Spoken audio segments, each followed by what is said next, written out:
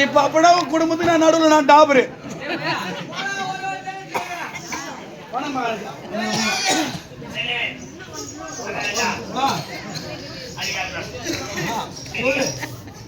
அவன் மாமியார் வீட்டு போய்க்கிறானா மாமியார் வீட்டுல என்ன பண்றாங்க கல்யாணம் கம்நாட்டிக்க கல்யாணம் ஆன உடனே மறுபடியும் திருப்பி போய்க்கிறாங்க அதனால மறுபடியும் எல்லாம் நெக்க தீ துறதுக்கு மாமியார் வீட்டுக்கு போய்க்கிறான் சாதத்தை வேலை விட்டு மாமியாருக்கு சாப்பிட போயிட்டான் சோறு தானே முக்கியம் சோறு போயிடலாம் ஆமா இன்னும் விஷயம் பாட்டி பிறந்த நாள் இருப்பாங்க பையா உனக்கு சோறு வேணா ஒரு கன்றாவி வேணா மரியாதையா வந்துரு உன் முன்னாடிக்கு அப்புறம் நான் தண்ணி விட முடியாதுடா பையா வாடா உன்னை விடவே கூடாது இஸ்லார் சொல்றாரு ஆமா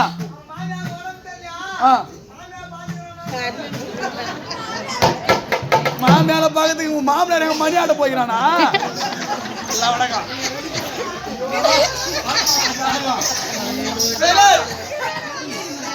இருங்க சொல்லு அவன் மாமியார் உடம்பு சரியில்லையா அவன் மாமியார் பார்க்க போய்கிறான் மாமியார பாருமா அவன் இப்ப வரையால உனக்கு அடி சமாட்டி ரெண்டு ஜாடி போனமா அவனை போய் தரதாரி இஸ்துமா ஏமா நீ வை விடு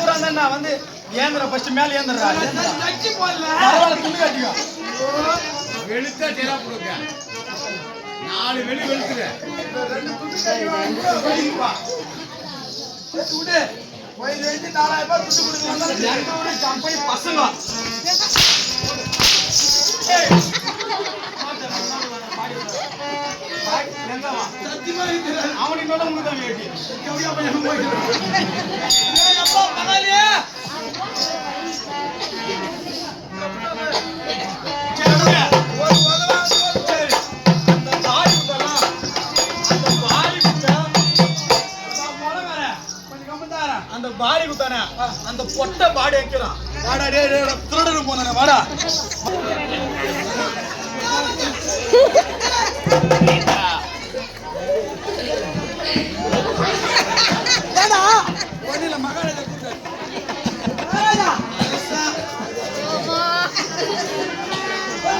அரசாங்க வேலையை விட்டு மாமியாருக்கு புடவை தைக்க போறேன் இன்னத்துக்கு வந்துப்பா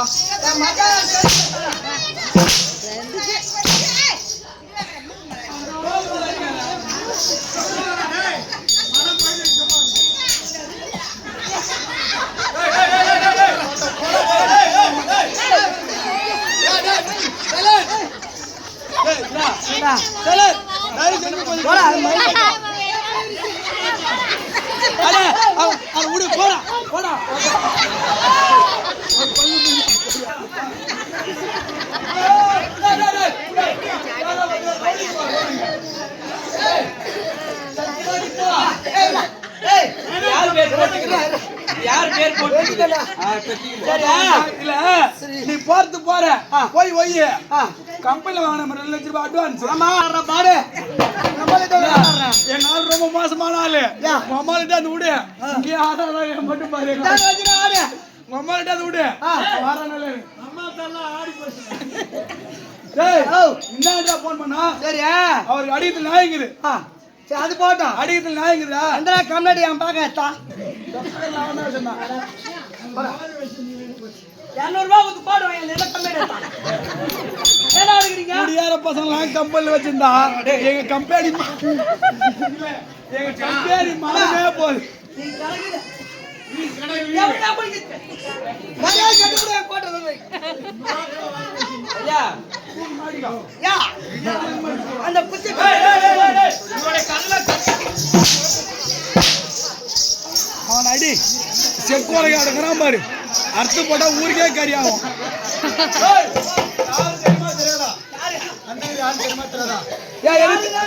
ஐயோ நீ தான புள்ள முடி ஏய் வாயா மச்சா யாரு ஏய் என்ன பேசி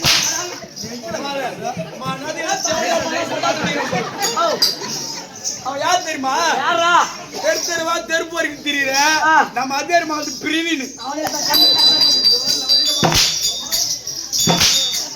ஏடா அம்மா வச்சிருக்கியா? அட அப்படி இல்லப்பா, இதெல்லாம் ஒரு பேஷன் ஆகி போச்சு. ஓ பாஸ் அங்க இப்ப யாரோ ஒரு பசங்க போய் அந்த படம் நல்லா இருக்குதா? பொம்மால சூப்பரு படம் அது ஒரு கெத்து, அது ஒரு பேஷன் ஆகி போச்சு. அப்படி பேச்சு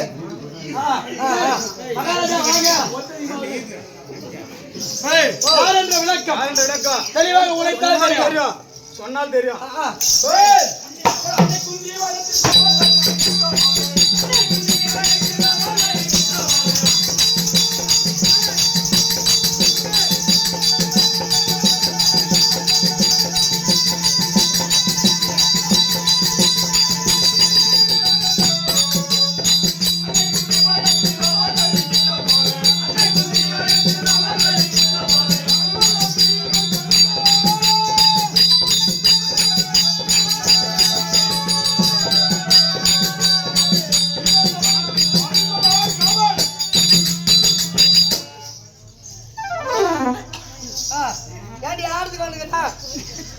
பொண்ணுங்க நிறைய படம் காட்டியா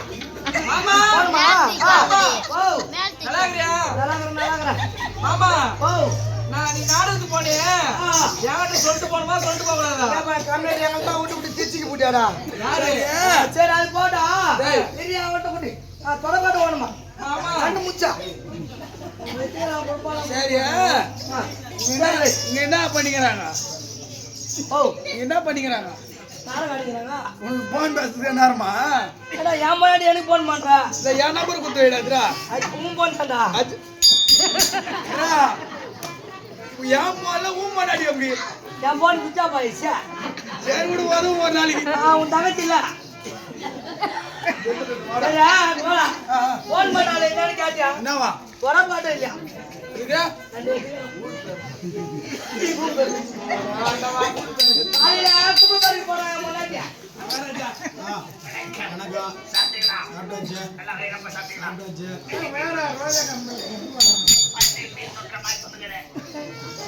அதுக்கு இல்லைங்க, எங்க மச்சான் வீட்டுல அவன் பொண்டாடி மனதுக்கு போன் பண்ணிச்சு. ஓடு பெருக்குது தொடப்பு காட்டீங்க. வீட்டுல வந்து எடுத்துன்னு போ. அதெல்லாம் அங்க போன நேரம் ஆகும். நம்ம ரொம்ப பேச்சு பேச்சா வச்சுக்கிறீங்க. நம்மள தனித்தனியா யாருக்கு வேணும்? அது கிராமர் அக்கா அவன் இப்ப விட்டுட்டான். மகாராஜா விட்டு போயிட்டு கேட்ட கம்பெனி நீ தானே முன்னாடி தானே போனா முன்னாடி சாமான அங்கே போயிட்டுக்கோ. என்ன வேணும்? என்ன கேட்டா? எங்கீது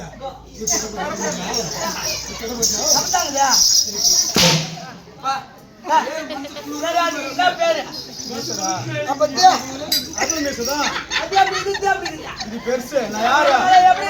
ஏய் ஃபேமஸா யாரு தெரியுமா? மாமுனி சேமுனி நான் தெரியுமா தெரியாதா? யார் காவல் தோண்டு மகா ராஜனுக்கோ சுந்தமா தேவிக்கோ மாத்திர அம்மைக்கோ பிறந்தவங்க வந்தவர் யாரா தெரியுமா? யாரு? அண்ணன் தருமர்.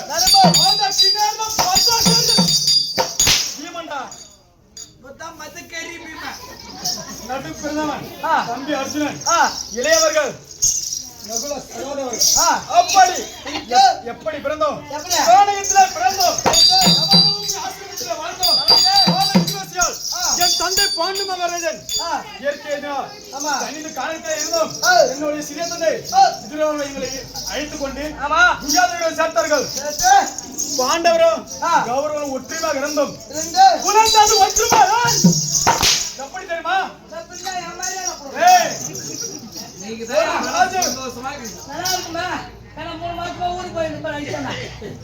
விளையாட்டு விளையாடி கொடுங்க. யாரு? கௌரவரும் பாண்டவரும். அப்போது அண்ணன் தருமன் இளவரசராகவும் துரியோதனன் துணை சேனாதிபதியாகவும் நானும் சேனாதிபதியாகவும் 3 பேர் அமர்ந்து விளையாடி கொண்டிருந்தோம். அப்போது வீதி வழியாக ஒரு மதம் பிடித்த யானை வருவது பார்த்தன் காவலன். ஆமா மன்னர் பெருமானே, வீதி வழியாக ஒரு மதம் பிடித்த யானை வருவது என்று கூறினான். அண்ணன் துணை சேனாதிபதி துரியோதனா அடக்கிற அந்த யானை என்றான். பார்த்தான் துரியோதனன். அவனுடைய 99 தம்பிமார்கள் கூட்டிக் கொண்டு மாளிகை மேல் ஏறி பார்த்தான். மீது கீழே யாரா இருக்கு? நாங்க 5 பேர் தான். பார்த்தோம் அண்ணன் துணை சேனாதிபதி பீமசேனா அடுக்கல் அந்த யானை என்றான். ஓடினேன் கதை எழுத்து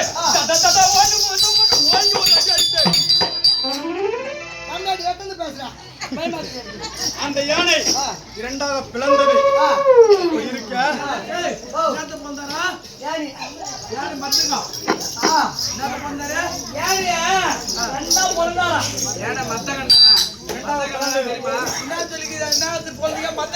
ஆமா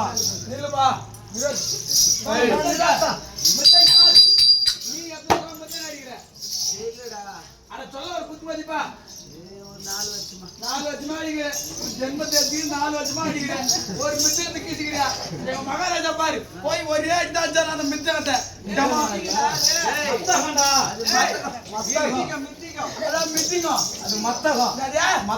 வாயில வேறல விடு.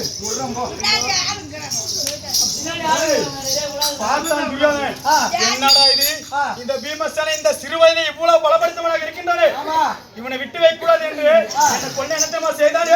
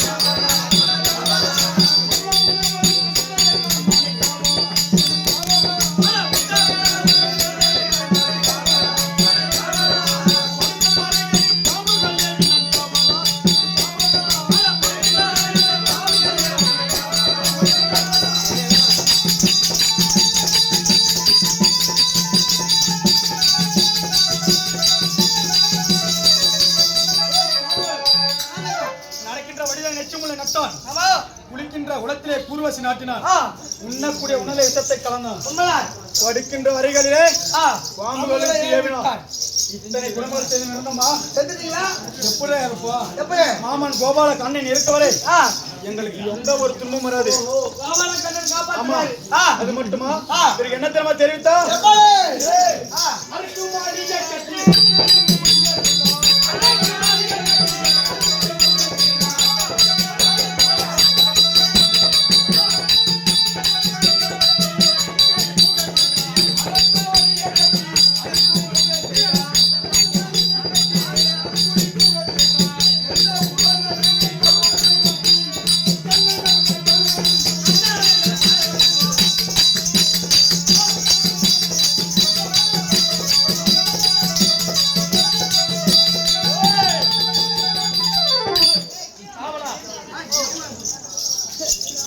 ஒரு அடக்குமலை ஏற்படுத்த அடித்தான். அடித்து எங்களை ஐவரும் தங்க வைத்தான். ஆமா நடு இரவலை அவனுடைய போஷனை விட்டு நால்புறம் தீட்டி கொளுத்தினான். ஆமா அப்போது என்னுடைய சிறிய தந்தை ஆ விதிரார்கள் கூறியது அப்பதான் ஞாபகத்துக்கு வந்து ஆமா என்னது ஒரு பெரிய காடு தீப்பற்றி எரிந்தால் அது அதில் ஒரு ஜீவன் மட்டும் பிழைத்துக் கொள்ள. என்னது இது? நான் ஜீவன் எனக்கு தெரியும் மகாராஜா நான் ஜீவன் போச்சுன்னு எனக்கு தெரியும் என்னது? சரி அந்த சிறிய தந்தை கூறினது அப்பதான் ஞாபகத்துக்கு வருது. அப்போது அரங்குமாயை தீப்பற்றி எரிந்து கொண்டிருந்தது. ஆமா நேரத்தில் எங்க போறதே தெரியல. கதை எடுத்து ஓங்கி ஒரு அடி அடித்து ஒரு சுரங்கம் ஒன்று தென்பட்டது. அது என் தாயும் என்னோட தம்பி மார்களும் என் அண்ணனும் தூக்கி சென்று எங்கே தெரியுமா சென்று திரும்பாவனம் சென்று மூல கன்னியை சொல்ல கமல கன்னியை மனமுடித்து முன்னூற்று சென்றேன். குணத்திட்டு என்னுடைய மகன் கட்டாரி கஜனை ஈன்று அதற்கு நான் ராஜசுயத்திலே ஏக வழக்கம் என்று மகனார் சென்றோம். சந்தனை வதத்தோம். அப்படி இருக்க ஒருவன் பலம் மொத்தம் 7 பேர் இருக்குது.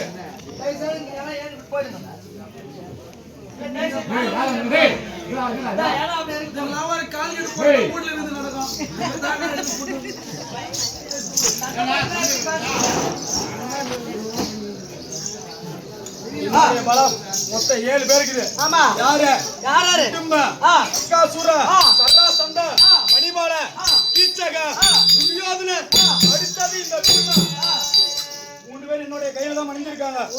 ஆசிரியருக்கு துரியோதன எங்களை இத்தனை கொடுமைகள் செய்தார். எனக்கு உண்ண உணவில்லை, இருக்க இடமில்லை. இப்படி கானகத்திலே தவித்துக் கொண்டு இருக்கின்றோம். இந்த வேளையில் என் அண்ணன் தர்மபுத்திர மன்னன் வரும்படி உத்தரவு. அதுக்கு பின்பதாக என்னுடைய ஜெயில் வாங்க அழைத்து வரும்.